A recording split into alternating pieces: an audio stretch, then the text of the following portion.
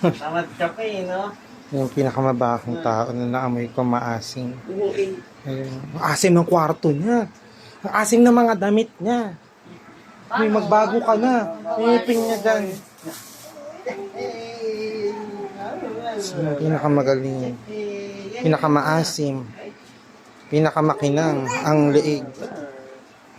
No, no. No. Sit ka lang dyan, sit. Nakatingin. No, no. No, no, no, no, no, no. Higa mo na yan. Grabe yung tiyan mo, Pia. Busog na busog. Kanina ko pa nakakitang gising yan. Tulog niya, 12 patulog niya. Patulog ka na? Ah? Ano mo na yung mga dito mo? Oo, pag naantok nga. Ha? Bakit? Papa.